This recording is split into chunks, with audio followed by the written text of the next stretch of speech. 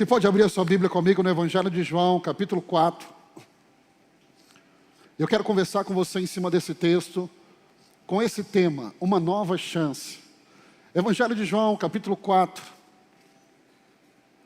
Se você não veio no culto de terça-feira, culto fé, eu queria sugerir que você assistisse esse culto que aconteceu nessa última terça-feira. Eu falei sobre atos inconsequentes, baseado na vida de Judas. Vale a pena você ouvir, é uma mensagem que pode livrar você de muitos problemas. Uma mensagem para você assistir com o caderno aberto, anotando. Mas hoje eu quero conversar aqui no Evangelho de João, capítulo 4. Abra sua Bíblia, olha se o irmão que está do seu lado está com a Bíblia. Se não, convide ele para ler junto com você. Você pode ligar a sua Bíblia aí também, pode estar no celular. Evangelho de João, capítulo 4, verso 4, diz assim: no caminho, ele tinha que passar pela região da Samaria. Ele chegou a uma cidade da Samaria chamada Sicar, que ficava perto das terras de Jacó, que Jacó tinha dado ao seu filho José. Ali ficava o poço de Jacó. Era mais ou menos meio-dia, quando Jesus, cansado da viagem, sentou-se perto do poço. Uma mulher samaritana veio tirar água e Jesus lhe disse: por favor, me dê um pouco de água. Os discípulos de Jesus tinham ido até a cidade comprar comida. A mulher respondeu: o Senhor é judeu e eu sou samaritana. Então como é que o Senhor me pede água? Ela disse isso porque os judeus não se dão com os samaritanos. Então Jesus disse: se você soubesse o que Deus pode dar e quem é que está lhe pedindo água, você pediria e ele lhe daria a água da vida.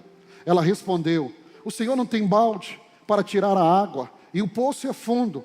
Como é que vai conseguir essa água da vida? Nosso antepassado Jacó nos deu este poço. Ele, os seus filhos, os seus animais beberam água daqui. Será que o Senhor é mais importante do que Jacó? Então Jesus disse: quem beber desta água terá sede de novo. Mas a pessoa que beber da água que eu lhe der, nunca mais terá sede. Porque a água que eu lhe der se tornará nela uma fonte de água que dará a vida eterna.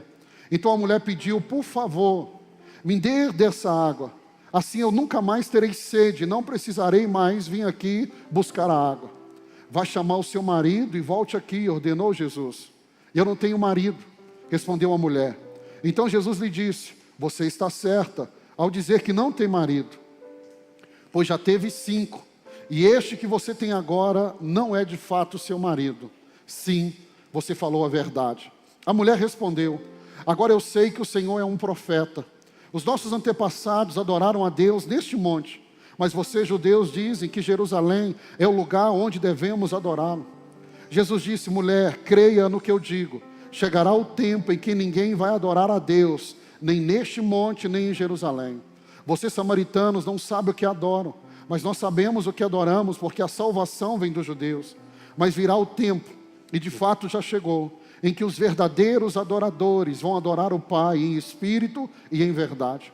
Pois são esses que o Pai quer que o adorem. Deus é espírito, e por isso os que o adoram devem adorá-lo em espírito e em verdade. A mulher respondeu: eu sei que o Messias, chamado Cristo, tem de vir, e quando ele vier, vai explicar tudo para nós. Então Jesus afirmou: pois eu que estou falando com você sou o Messias.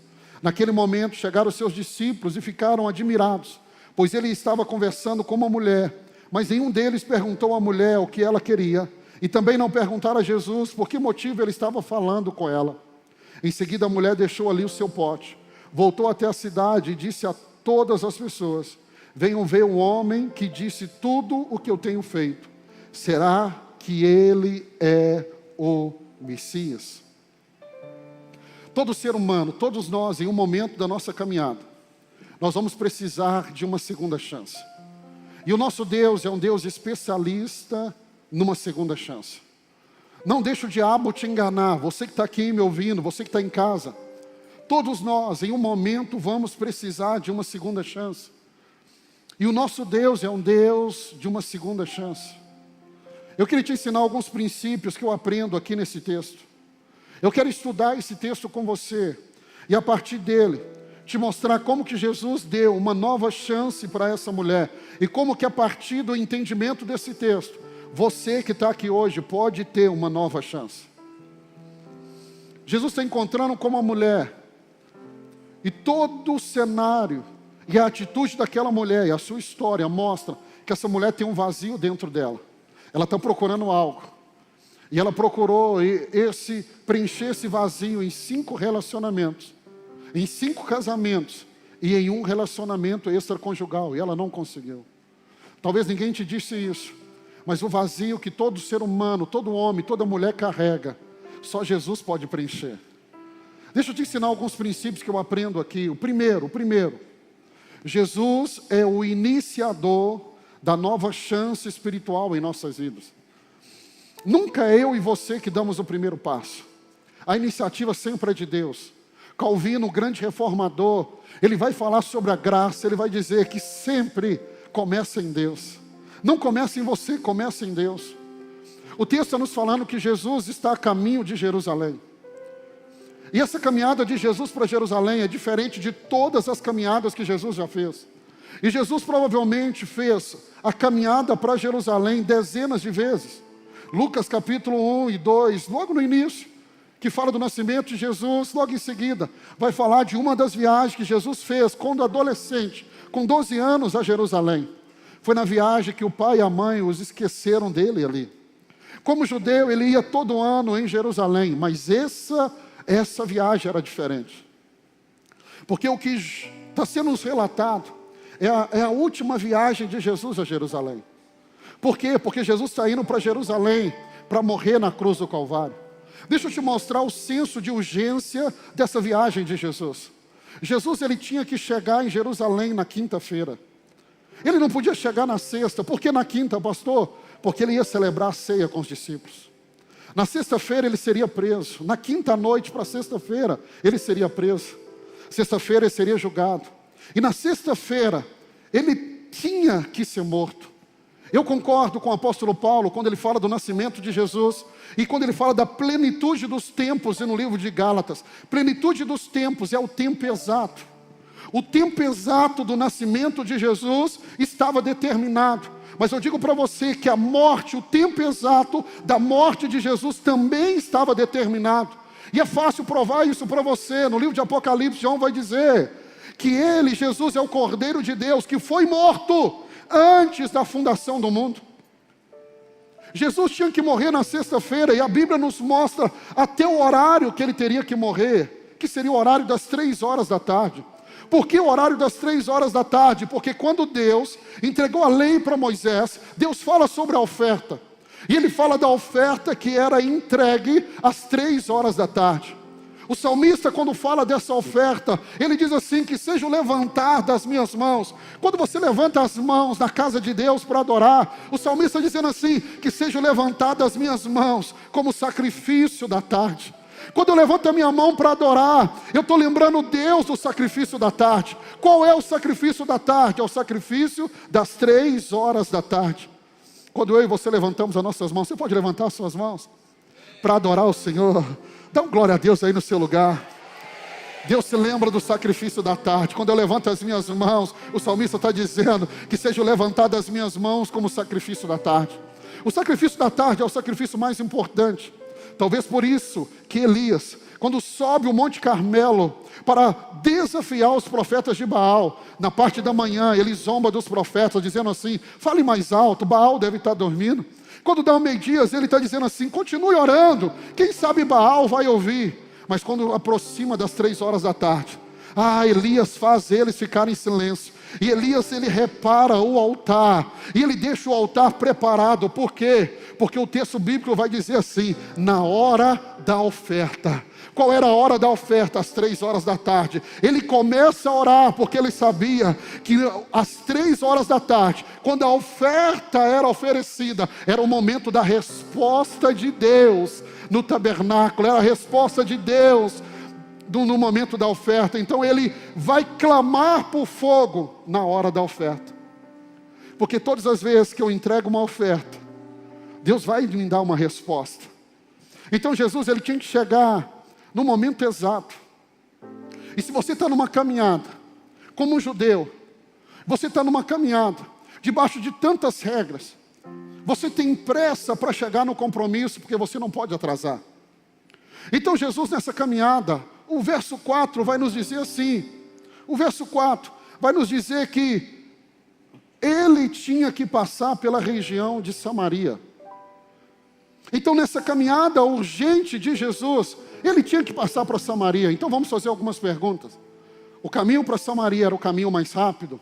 Não era o caminho mais rápido. Então por que passar por Samaria se não era o caminho mais rápido? Se a sua viagem era urgente, se ele não podia se atrasar, se ele tinha que estar em Jerusalém na hora certa, no momento exato, por que pegar um caminho mais longo? Segunda pergunta, o caminho da Samaria era um caminho para um judeu fazer? Não, não era um caminho para um judeu.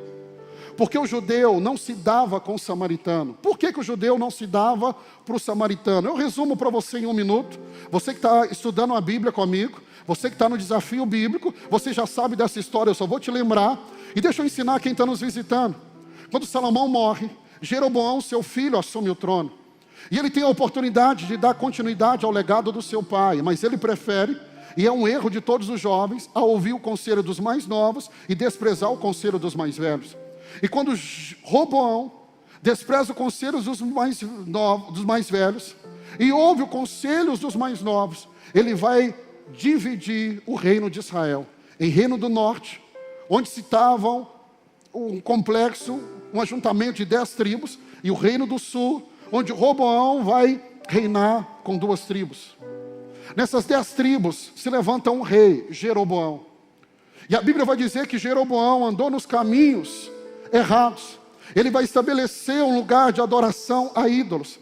Ele vai estabelecer uma raiz de iniquidade. E o que vai acontecer depois dele é que todos, escute isso, todos os reis que se levantam no reino do norte vão seguir o caminho de iniquidade de Jeroboão. E vão levantar altos lugares de adoração a ídolos. Deus então vai punir esse povo, vai castigar esse povo por causa do pecado. E aí o maior reino daquele momento, o reino da Síria, vai invadir o reino do norte, vai destruir o reino do norte. O reino do norte nunca mais vai ser reconstruído. As 10 tribos que estavam ali seriam completamente espalhadas, ao ponto hoje que, se você conversar com um judeu, apenas uma tribo das 12 tribos pode ser identificada, apenas a tribo de Levi, de onde vêm os sacerdotes. As demais tribos não conseguem ser identificadas hoje. E quando a Síria derrota o reino do norte e leva cativa as 10 tribos, o que eles vão fazer? Eles vão pegar habitantes da Síria, outros povos, e vão levar para o reino do norte em Israel, e vão povoar aquela região com outros povos. Então começa um casamento misto, de judeus com aqueles que não são judeus. E é aí que vem os samaritanos. Então os judeus do reino do sul não vão se dar bem com o reino do norte, com os samaritanos que estão nessa região, porque eles não são mais judeus, é uma mistura. E não só uma mistura de raça, de etnia, podemos dizer assim, mas uma mistura religiosa. O maior lugar de idolatria está na região da Samaria. Então o judeu não passava por aquele lugar. E Jesus, sendo judeu, ele diz assim: eu tenho que passar por Samaria. O judeu não passaria ali, mas Jesus passou. E a pergunta é por quê? Não é o caminho mais rápido, por que que Jesus tinha que passar ali? E se você prestou atenção no texto, Jesus nem entra na cidade.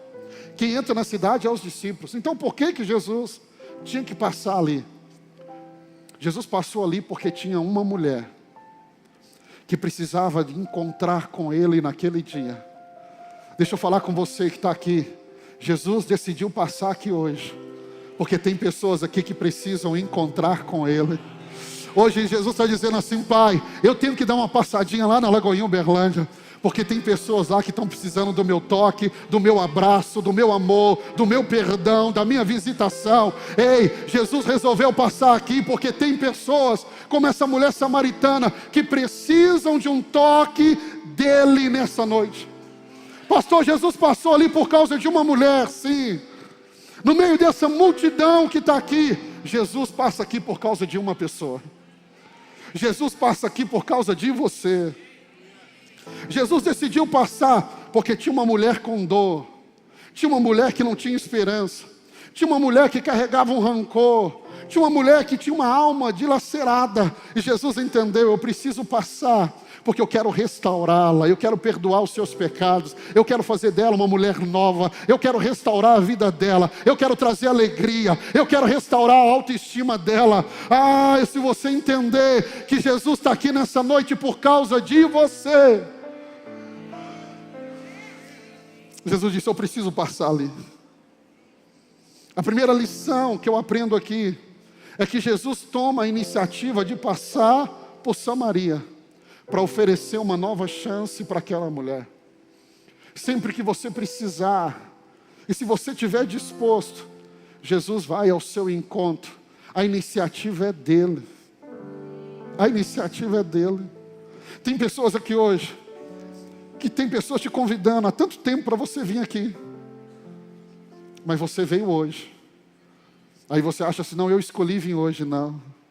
Ele te trouxe hoje, porque hoje é o dia que essa mensagem seria pregada. E você precisava ouvir essa mensagem. Foi por isso que você não veio domingo passado, você veio hoje. Não é coincidência, mas é Jesus tomando a iniciativa. É o Espírito Santo convencendo o seu coração e falando, vai para a Lagoinha hoje, porque Jesus vai passar lá por causa de você. Por causa de você. Jesus, quando Ele vem ao nosso encontro, Ele mexe naquilo que está quebrado, Ele conserta o que está quebrado, Ele põe no lugar o que está fora do lugar. Quando Jesus vem ao nosso encontro, Ele muda a nossa realidade. Essa é a primeira lição. Segunda lição, o que nos impede de aproveitarmos a nova chance? Essa pergunta precisa ser respondida. O que nos impede? E a partir desse texto eu quero te dar alguns motivos. Por que muitas vezes nós não aproveitamos a nossa nova chance? Segunda lição, por que eu não agarro a nova chance que está diante de mim? Primeiro, por causa do preconceito que eu carrego. A mulher vai dizer assim no verso 9, a mulher respondeu, o Senhor é judeu e eu sou samaritana. Como é que o Senhor me impede água? Havia um preconceito, um homem não falava com uma mulher, muito menos um judeu. Eu lembro que no período que nós começamos a oração de homens aqui, amanhã nós estamos aqui, amém homens? Nós estamos orando lá no Espaço Novo, nós estamos lá juntos, vem, se você não está vindo, vem. Quando nós começamos a oração aqui, e foi aquele movimento tão grande, algo que o Espírito Santo fez. Eu fui cortar cabelo lá no irmão Rony, quando eu sentei ali na barbearia dele, ele falou, pastor, posso te mostrar 2 áudios? Eu falei, pode. Um dos áudios, a pessoa estava mandando e dizendo assim, olha, sabe aquela igreja preta? Eu fui nela. Ele colocou esse áudio, eu fui na igreja preta. Ele diz assim, aí o pessoal perguntou para ele, e ele respondeu, eu fui na segunda-feira, estava passando para ir trabalhar, e vi assim uma fila de carro, eu entrei na fila, para saber o que é isso. Ele falou assim, foi uma reunião de oração. Aí ele colocou o segundo áudio. Aí esse moço falando assim, cara, não é que a igreja preta é boa. Eu entrei, eu vou voltar, vão lá comigo. Tem algo diferente naquele lugar. A parede é preta, mas Deus está lá. Isso me marcou, sabe por quê? Porque muitas vezes nós colocamos um preconceito. Aquela mulher tinha um preconceito, meus irmãos, a vida dela está destruída, 5 casamentos, um 6º relacionamento, ela está buscando algo a meio-dia, porque ela não quer encontrar com ninguém, não quer ser julgada por ninguém. E quem que veio ao encontro dela? Nada menos do que Jesus, aquele que pode restaurar a vida dela, perdoar o pecado, consertar o que está quebrado. Mas quando ela vê Jesus, ela é movida pelo preconceito, dizendo, você é homem, você é judeu, você não deveria estar conversando comigo. O que é um preconceito? Preconceitos são ideias que nós guardamos como verdade em nossa mente, fruto da nossa reflexão, ou fruto de nossas experiências, e muitas vezes experiências erradas. A época tinha um preconceito, um homem não fala em público com uma mulher desconhecida. Um judeu não fala com um samaritano. E por causa desse preconceito, ela estava perdendo a grande oportunidade da vida dela. Eu sei que você, a grande maioria aqui, foi como eu. Eu tinha um preconceito com o evangélico. Eu não gostava de crente. Eu não gostava de crente. Eu não gostava. Por causa de um preconceito. Eu lembro que com 13 anos na minha sala, tinha um irmão, era o Isaías, era da Assembleia de Deus. E eu olhava para ele, irmão, eu tinha ódio dele. 13 anos, brincando, na hora do recreio, brincando de bola. Veio o Isaías, eu pensei, eu vou levantar esse crente. Eu lembro que eu levantei ele, caiu no chão, bateu o nariz, quebrou, sangrou. E quando ele foi com o nariz sangrando, eu falei, bem feito, porque eu odiava crente. Até o dia que eu encontrei com Jesus. E eu lembro que quando eu encontrei com Jesus, aceitei Jesus, na semana seguinte eu fui lá na igreja, esperei o Isaías para falar com ele assim, você me perdoa? Você me perdoa? Muitas vezes o preconceito nos afasta da resposta que Deus tem para a nossa vida. Ei, você não pode caminhar debaixo de preconceito. Nós construímos preconceitos sobre Deus, de quem Ele é, como Ele faz. Muitas vezes nós colocamos Deus numa caixinha, achando, não, Deus tem que fazer do meu jeito. E quando Deus decide fazer de forma diferente, nós ainda falamos, não é de Deus, preconceito. Quem sabe Deus está tentando mudar a sua história, por meio de algo que você carrega, ou de alguém que você carrega um preconceito. Se Jesus estiver falando ao seu coração hoje, não permita que os seus preconceitos o impeçam de ouvi-lo. Porque muitas vezes os nossos preconceitos fazem os nossos ouvidos se fecharem para a mensagem de Deus. O que nos impede de experimentar uma nova chance, além do preconceito? A cegueira espiritual. Jesus está conversando com ela e falando da água da vida. Mas ela está falando da água natural, a água do poço que mata a sede. Jesus está dizendo assim, olha, eu vou te dar a água da vida. Ela olha para Jesus e diz, você não tem balde para buscar água? Como que você pode me dar dessa água? O que é cegueira espiritual? É a dificuldade de entender como as coisas espirituais podem afetar a nossa vida. Você não pode ir para o extremo. Tem crente que tudo é espiritual. Esse crente é doido, ele é doido. Se você conhecer alguém assim aqui da igreja, uma ovelha assim, eu tenho um psiquiatra bom para indicar para ele.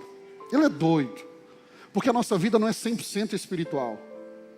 Mas também, irmão, se nós andamos só no natural, tem um problema. Porque nós estamos no natural, mas existe também o espiritual. Nem tudo que nós estamos vivendo é natural. Nem tudo que nós estamos vivendo também é espiritual. Os homens aqui, pastor, estou desanimado, estou num peso. Aí vem alguém e fala, é o diabo. Não. Tem 40 anos. Uma injeção. Uma injeçãozinha. A texto está baixo, uma injeção, espanta esse diabo. Então nem tudo é diabo. No final desse ano que passou, irmão, eu cheguei cansado. E eu comentei com os irmãos, falei, irmão, eu estou cansado, eu estou me arrastando nesse final de ano. E aí eles já falaram, pastor, nós vamos chamar intercessão e nós vamos repreender o diabo. Eu falei, não é cansaço. Eu preciso dormir. É o que eu preciso. Mas tem coisas que são espirituais. Jesus está falando da água da vida. Paulo diz assim, as coisas espirituais, o homem carnal não pode discernir. Muitas vezes a cegueira espiritual nos impede de ver aquilo que Deus está fazendo na nossa vida. Havia uma sede nela, e não era sede da água do poço de Jacó, mas de uma água viva que poderia mudar a sua história. Ela estava tão cega espiritualmente que ela casou uma vez, 2 vezes, 3 vezes, 4 vezes, 5 vezes, e agora está no 6º relacionamento. E ela não percebeu que o que ela precisava, nenhum homem poderia suprir, a não ser aquele que veio dos céus, Jesus Cristo. Então muitas vezes nós achamos assim, não, é o dinheiro que vai resolver a minha vida. Não é. Não, é um relacionamento. Se eu encontrar o príncipe encantado, você vai encontrar um sapo. E não vai resolver, vai piorar. Porque tem coisas que são espirituais. Tem coisas que são espirituais. E ela não entendeu. Uma outra coisa que impedia ela de viver e experimentar uma segunda chance, a tradição religiosa. Esse é o terceiro obstáculo, a tradição religiosa. Jesus está diante dela. Quem é Jesus? É Deus. O Deus encarnado, o Deus que se fez carne, está diante dela. Ela está olhando para Jesus dizendo assim: será que você é maior do que Jacó? Jacó, quem era Jacó? Filho de Isaac, neto de Abraão. Jacó veio há mais de 1000 anos atrás. E ela está dizendo: Jacó bebeu desse poço, os filhos beberam desse poço, os animais dele beberam desse poço. Ela estava agarrada numa tradição religiosa que não estava mudando a vida dela. Que Deus me livre de pastorear você 1 ano, 2 anos, 3 anos, 4 anos, e a sua vida não mudar. Porque tem pessoas que estão presas a uma tradição religiosa, 1 ano, 10 anos, 20 anos, e a vida dele não mudou. O evangelho que eu prego é poder de Deus para mudar a vida de um homem, de uma mulher. Eu não estou aqui para prender você, irmãos, numa tradição religiosa. Eu não estou aqui para prender você e falar com você: você só vai tomar da água do poço de Jacó. Não. Ela diz: o nosso antepassado Jacó nos deu esse poço. Ela diz: será que o Senhor é mais importante do que Jacó? Sim. Aquele que estava diante dela é mais importante que Jacó, mais importante que Isaac, mais importante que Abraão. É ele que chamou Abraão, foi ele que disse para Abraão: sai da tua terra e da tua parentela. Foi ele que apareceu no sonho de Jacó, no topo da escada, dando ordem a anjos para descer e subir. Ele é maior do que Jacó. Mas ela está dizendo: não, eu vou me apegar a Jacó. Eu vou me apegar a Jacó. Nós temos que entender que cada geração vai experimentar uma graça de Deus na sua própria vida. Irmãos, eu não desprezo tudo que Deus fez no passado, mas eu creio, Deus quer derramar algo novo nesse tempo. E nós não vamos ficar agarrados numa tradição religiosa. Tradição religiosa. E a tradição religiosa é tão triste. Eu caminhava no shopping, uma pessoa me parou e falou assim: pastor, eu já fui na sua igreja. E falou assim: pastor, eu fui lá na sua igreja. E estava segurando a mão de um filhinho. E ele disse assim, eu disse lá: mas que bom, você é membro da igreja? Ele disse: não sou. Mas eu fui lá. E aí a esposa dele interrompeu e falou: pastor, nós fomos lá. Ele falou: pensa num homem de cabeça dura. Eu falei com ele: vamos lá. Eu falei: mas por que você insistia tanto para ele ir? E aí ela foi contar a história do filhinho. Falou: nosso filho estava à beira da morte, pastor. Eu falei com ele: vamos lá, Deus vai nos abençoar. Mas a tradição religiosa na cabeça dele: não, eu não entro naquele lugar. Ela disse: o senhor vai lembrar, o senhor falou do altar do nosso filho. Nós saímos de lá, pastor, e fomos trocar de plantão com a minha irmã que estava no hospital com ele. Daquele dia, em 1 semana, nosso filho foi restaurado debaixo da sua palavra. Eu falei com ele: que benção. Falei: e aí, vocês ficaram? Ele disse: pastor, amei a sua pregação, Deus me respondeu lá, mas eu não concordo com as paredes pretas. Falei: não tem problema. Quando seu filho precisar de novo, estiver à beira da morte, nós estamos lá para te servir de novo. Tem gente que, apesar de Deus estar fazendo na vida dela, ela não quer experimentar o novo, porque está presa a uma tradição religiosa. Irmão, se tem uma desgraça na vida do ser humano, é religião. E nós não estamos aqui para te prender, nós estamos aqui para fazer você uma pessoa livre, madura em Cristo. Aqui não é um lugar para te prender. Aí eu vejo essa mulher caminhando para o lado da ironia. Então a mulher pediu: por favor, me dê dessa água, assim nunca mais eu terei sede e não precisarei mais vir buscar dessa água. Você percebeu que quando você está conversando com pessoas, o assunto fica muito sério, e é um confronto, ela vai para o lado da ironia, vai para o lado da brincadeira. E meus irmãos, o que nós estamos falando sobre Deus não é brincadeira. Quando você olha para o mundo, todo ano é sinais atrás de sinais que Jesus está voltando. Quando você vê uma realidade como está acontecendo no sul do Brasil, entenda, é o mundo dando sinal, Jesus está voltando. E tem gente brincando. Gente brincando. Satanás não está brincando. Ontem tinha uma satanista, milhares de pessoas, uma emissora, que em nome de Jesus ela vai fechar, transmitindo para o país todo, uma cena de satanismo, de pornografia, parecia mais um filme pornográfico, e milhares de pessoas aplaudindo. Você acha que o diabo está brincando? Não, ele não está brincando de ser diabo, ele veio para matar, roubar e destruir. Então nós precisamos entender que nós estamos em um tempo que nós não podemos ficar brincando de ser crente. Posso te dar um conselho? Não brinque com coisa séria. Não brinque com coisa séria. Não brinque. Teve um dia lá em casa que eu comecei a rir, porque eu estava com a Ana Sofia, e ela veio séria, e ela falou assim: papai, posso ter uma conversa de adulto com o senhor? Eu falei: pode. Deixa eu dizer algo para você. Jesus quer ter uma conversa de adulto com você. E essa conversa de adulto, não leve na brincadeira. Porque Ele não está brincando com você. Ele quer te salvar.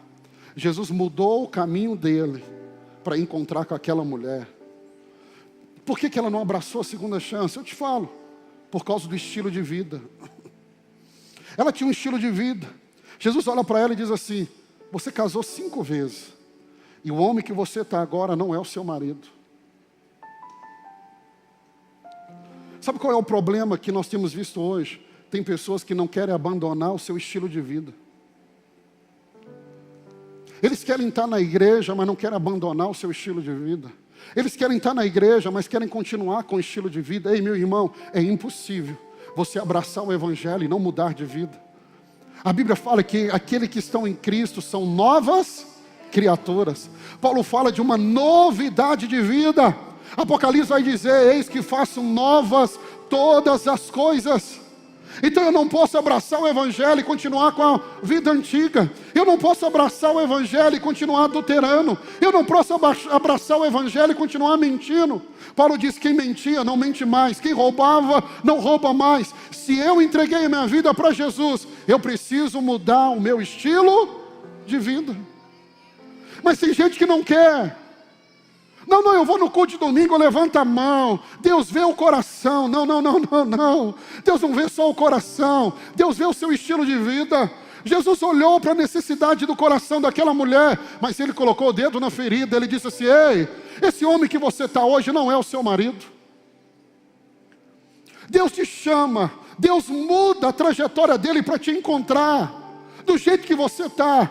Mas Ele te convida para viver uma novidade de vida. Não para viver a antiga vida. Não para continuar do mesmo jeito. Ei, irmão, eu encontro com dezenas de pessoas, de todo tipo. E muitos deles falam: pastor, se eu for para a sua igreja, eu posso continuar fazendo? Eu falo: irmão, a igreja está aberta para todo mundo. Mas talvez você só vai para dentro da igreja. Você não veio para Cristo. Porque no dia que você vier para Cristo, você vai abandonar o pecado. Você vai abandonar o pecado. Ei, qual é o convite de Deus para essa nova chance? Muda seu estilo de vida. Muda seu estilo de vida. Muda seu estilo de vida. Deus não está aqui para julgar você, mas Ele está aqui para te fazer um convite. Muda o seu estilo. Você sabe que o seu estilo de vida não está glorificando a Deus. Você tem um Espírito Santo que está te convencendo, dizendo: não faça isso de novo. Então qual é o convite de Jesus quando Ele vem nos dar a segunda chance? Muda seu estilo de vida. Sempre que Jesus nos chama para uma mudança. E a mudança é sempre radical. Ei, escute, vão falar que você é fanático. Vão falar que você agora ficou doido. Você virou crente, sim. Não é fanatismo. Não é fanatismo gastar a vida por Ele. Não é fanatismo mudar a vida por Ele. Não é fanatismo quem pecava deixa de pecar por causa dEle. É porque encontraram com Ele, é porque experimentaram dessa água, é porque foram tocados por Ele. Eu gosto da teologia joanina, eu gosto da visão agostiniana, e Agostinho vai dizer, assim como o João, quem encontra com Ele não volta, não muda o seu estilo de vida, essa nova vida de Cristo. Ele vai viver desse jeito, ele não volta ao estilo antigo. Quando indagaram Agostinho por que ele mudou, ele disse: se você encontrasse com o que eu encontrei, você também mudaria. Porque nós mudamos quando ele vem, quando ele nos toca, quando ele nos chama pelo nome, quando ele nos abraça, quando ele nos perdoa. Começa uma mudança do lado de dentro. Não é uma mudança planejada, é ele que nos muda. De repente aquilo que fazia sentido não faz sentido mais. Aquilo que nós gostávamos, nós não gostamos mais. Ele muda a gente por completo. Mas aquela mulher não estava abraçando a nova chance por causa do estilo de vida dela. Não permita que o seu estilo de vida se torne o maior obstáculo para que Jesus entre na sua vida. Não deixe, não deixe. Pastor, mas eu vou abrir mão. Deixa eu dizer algo para você. Não tem nada que você abra mão. Pode parecer muito agora, mas ouça o conselho de quem abriu mão há 27 anos atrás. E o que eu abri mão não se compara com o que Ele tem me entregado. Eu estou aqui para dizer para você: o que você vai deixar, o que você vai abandonar, não se compara com o que está chegando na sua vida. Olhos não viram, ouvidos não ouviram, não chegou ao coração do homem. Deus vai te surpreender.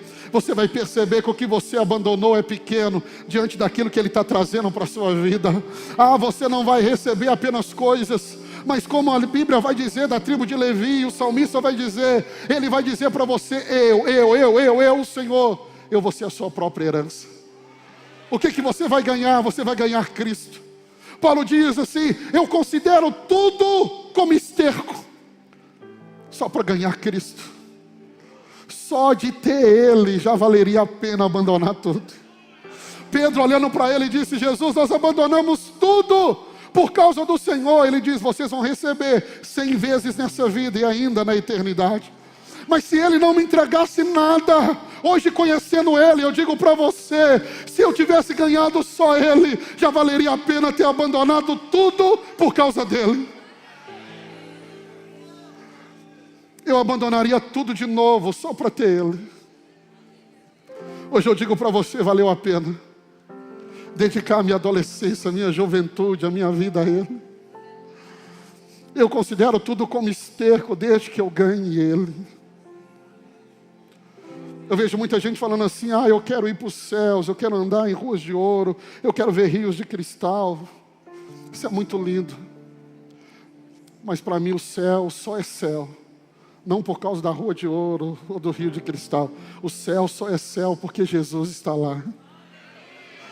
Eu não quero ir para um lugar, eu quero ir para uma pessoa.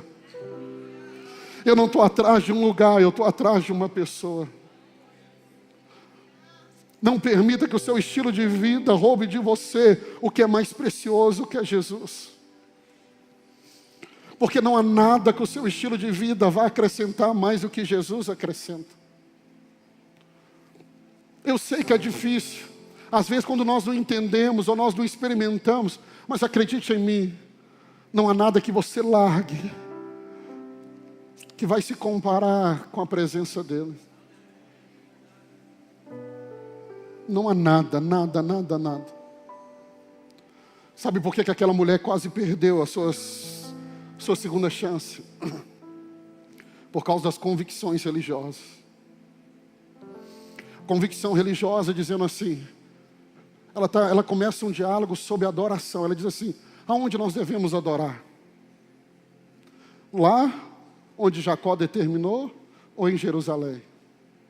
Ela está falando de adoração, mas ela não era uma adoradora.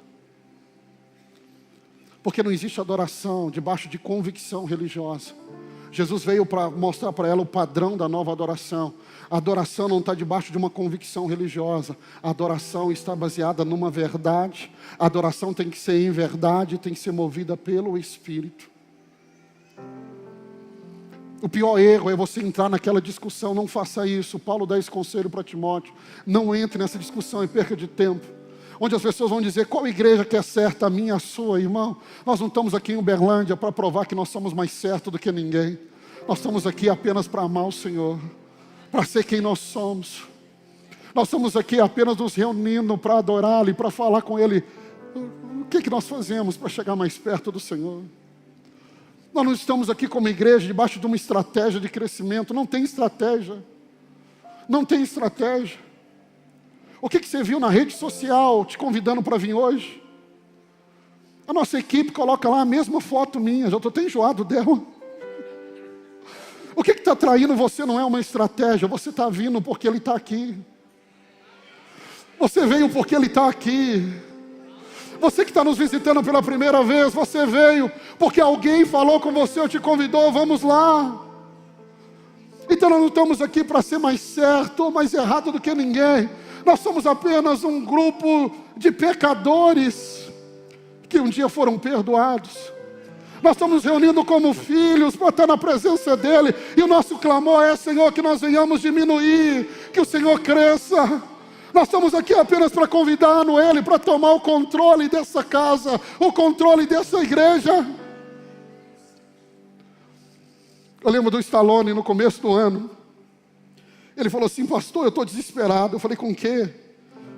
Ele diz assim: eu perdi o controle do ministério de fotografia da igreja, não tenho controle mais. Eu falei: bem-vindo, eu já perdi o controle da igreja há muito tempo.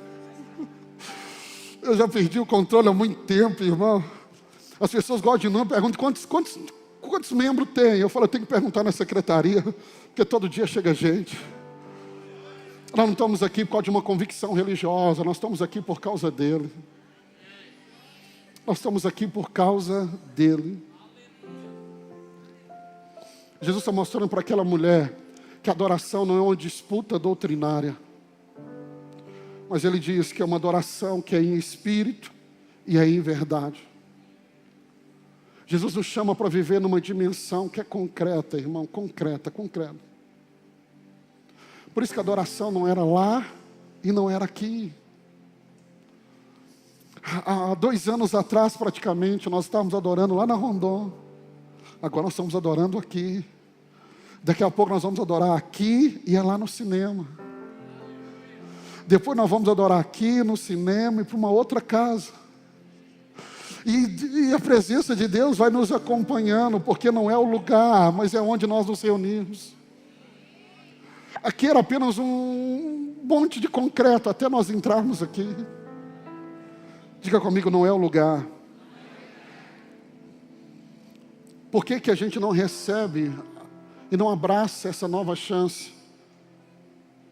Por causa do obstáculo do saber sem o viver. O saber sem o viver.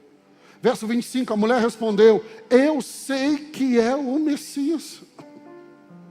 Ela está dizendo assim: eu sei que o Messias chamado Cristo tem que vir. Ela está dizendo: eu sei que ele tem que vir. Mas ela estava diante do Messias e não reconhecia.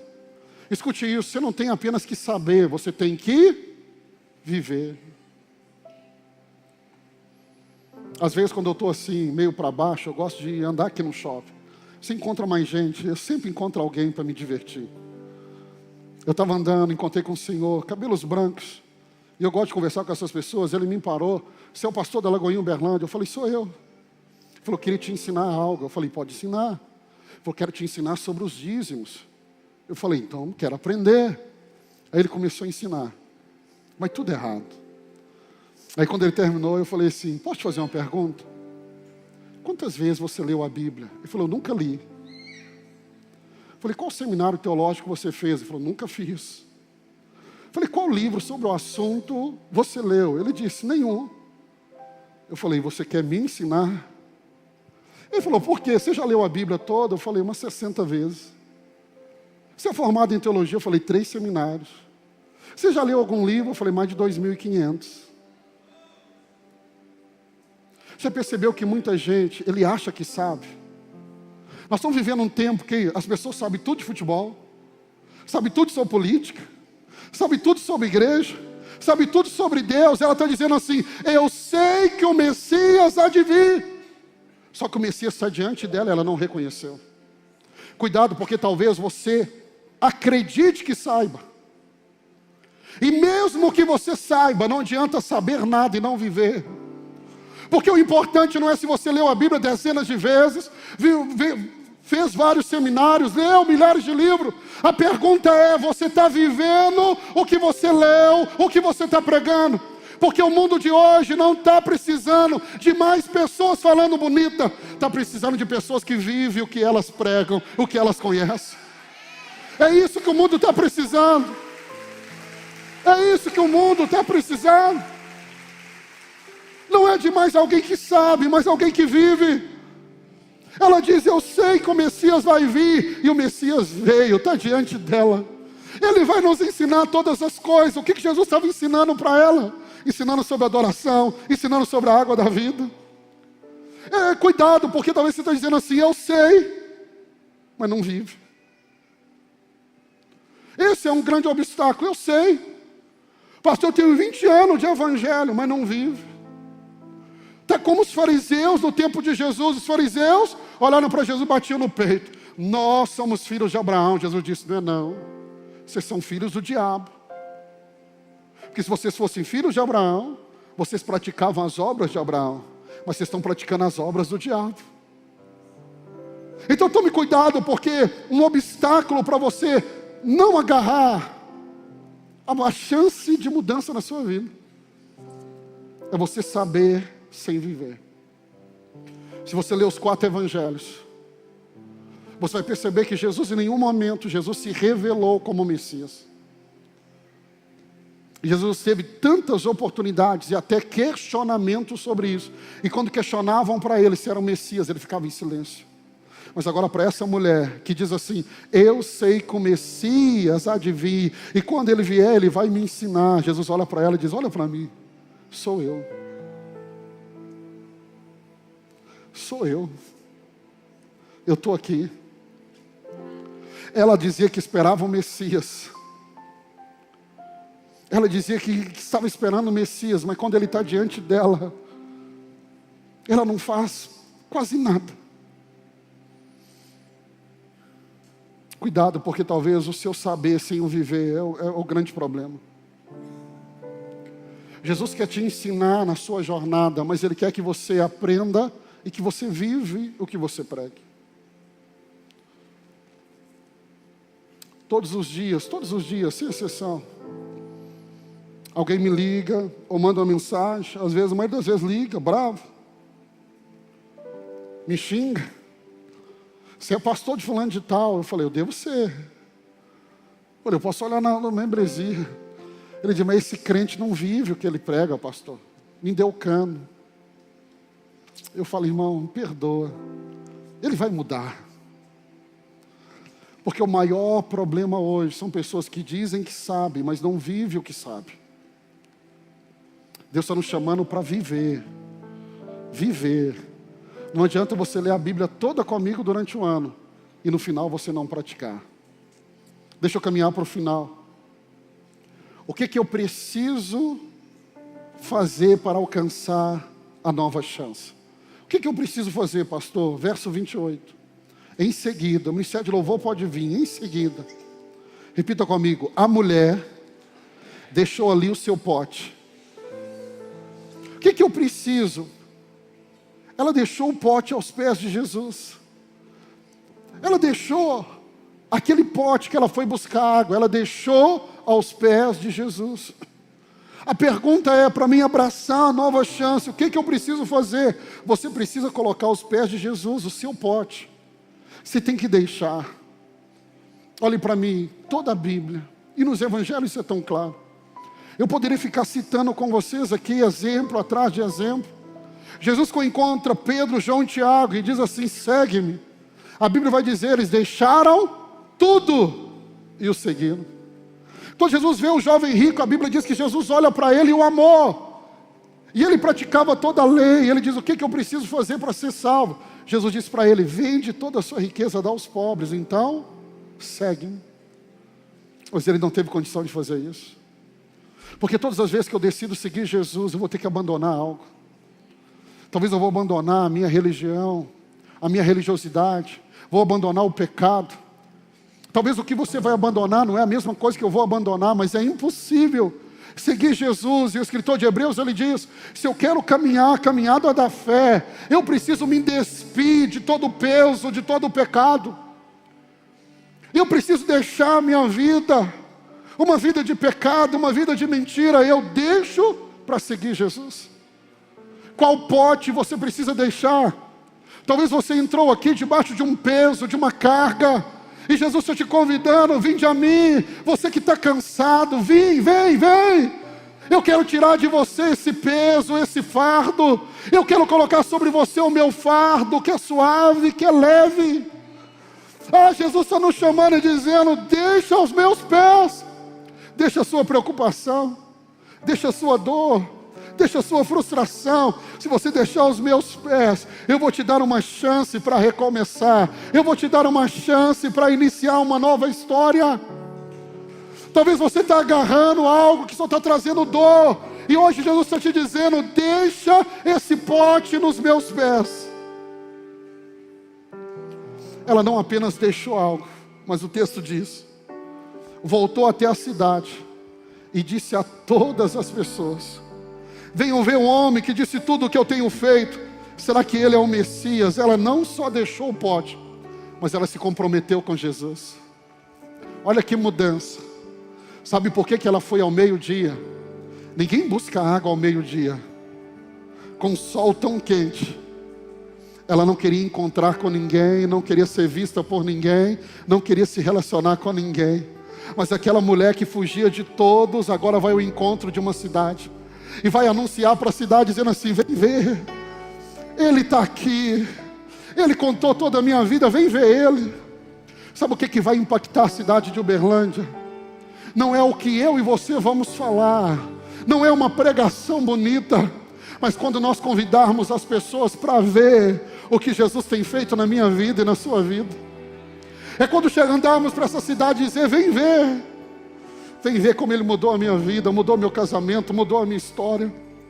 Aquela mulher que não queria se relacionar com ninguém, agora está anunciando para toda a cidade. É um compromisso com ele. Eu vou pregar, eu vou falar, eu vou anunciar a tua boa nova com todos. Se ela fugia de todos, tirando água ao meio-dia, agora ela apresenta Jesus a todos. Sabe o que Uberlândia está precisando? É de homens e mulheres como Pedro e João, quando sobre a porta do templo Formosa, a porta formosa para orar, e um paralítico está pedindo esmola, e Pedro fala com ele assim: olhe para mim. Eu não tenho ouro, eu não tenho prata, mas olhe para mim.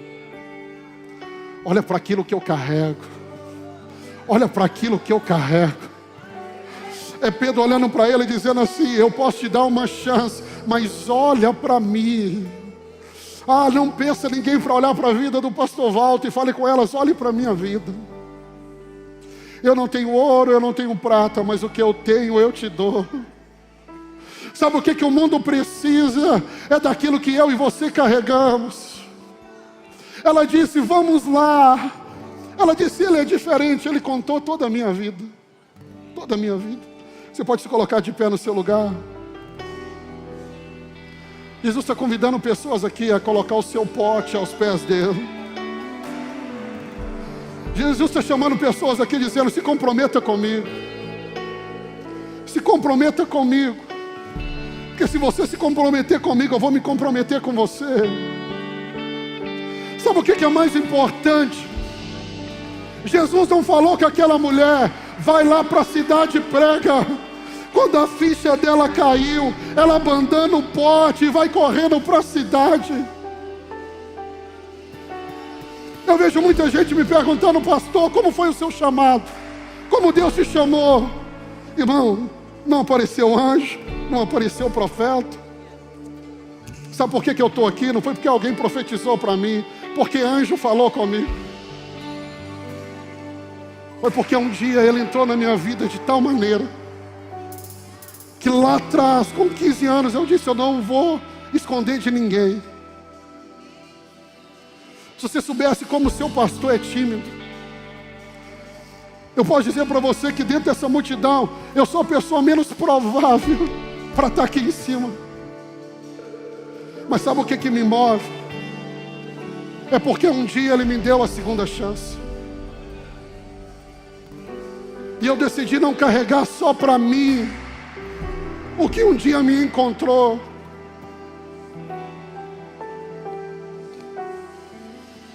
Eu lembro do pastor Márcio falando comigo lá atrás e falando assim: filho, No dia que você subir num altar e puder falar com a igreja, olhe para a minha vida, a igreja não vai parar de crescer, porque a igreja não precisa de um pastor que fala bonito.